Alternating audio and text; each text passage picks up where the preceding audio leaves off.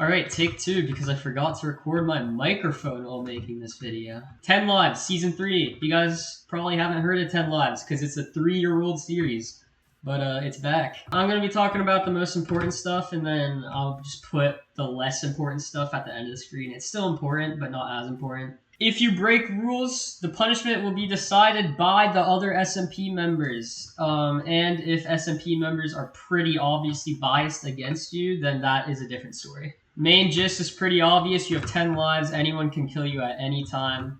And once you run out of 10 lives, you're banned from the server until the next season. This time, though, we're going to have phases. So it's going to alternate between 5-minute phases. There's a peace phase where you can't kill people.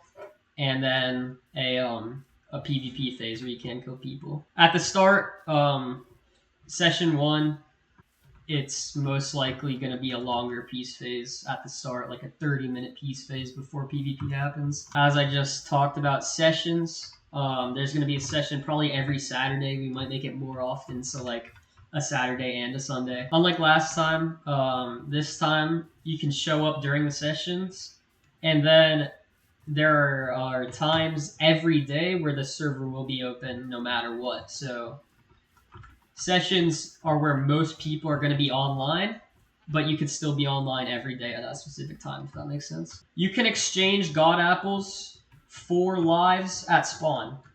That's a pretty big change. So you can go above 10 lives. You cannot give other people lives, because that would mean that you can revive people, and we're not doing that. So that's also another change. And then probably the final big rule that's been made. That's a big change. Teams are just not allowed in general. What would be considered teaming is helping someone in a fight if there is a 1v1 and you joined in and just killed this guy and left that guy alive. That's teaming. If you decide to go for both of them, though, as in like cleaning a fight, that's okay. You cannot live in someone else's base unless you're like spying on them for some reason, which is kind of funny, but that would be considered teaming, as well as sharing loot with other people. You can trade to do alliances, which are allowed, but sharing loot is not allowed. Since I'm the owner and I've manually changed structures, I'm going to tell pretty much everything about what I've changed to the structures, so I don't have a knowledge diff. There are 2 bastions and 1 fortress in the Nether.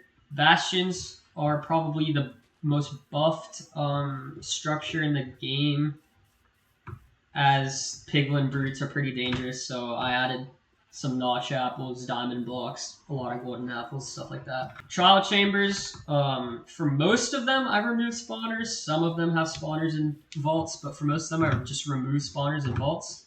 So all you're doing is finding barrels, pots, and chests that have, once again, buff loot. Ancient cities do not spawn wardens, but it's harder to find good loot. There is some hidden stuff that I added, though, so if you want to look for that in the ancient city, you can. There's 1 ancient city.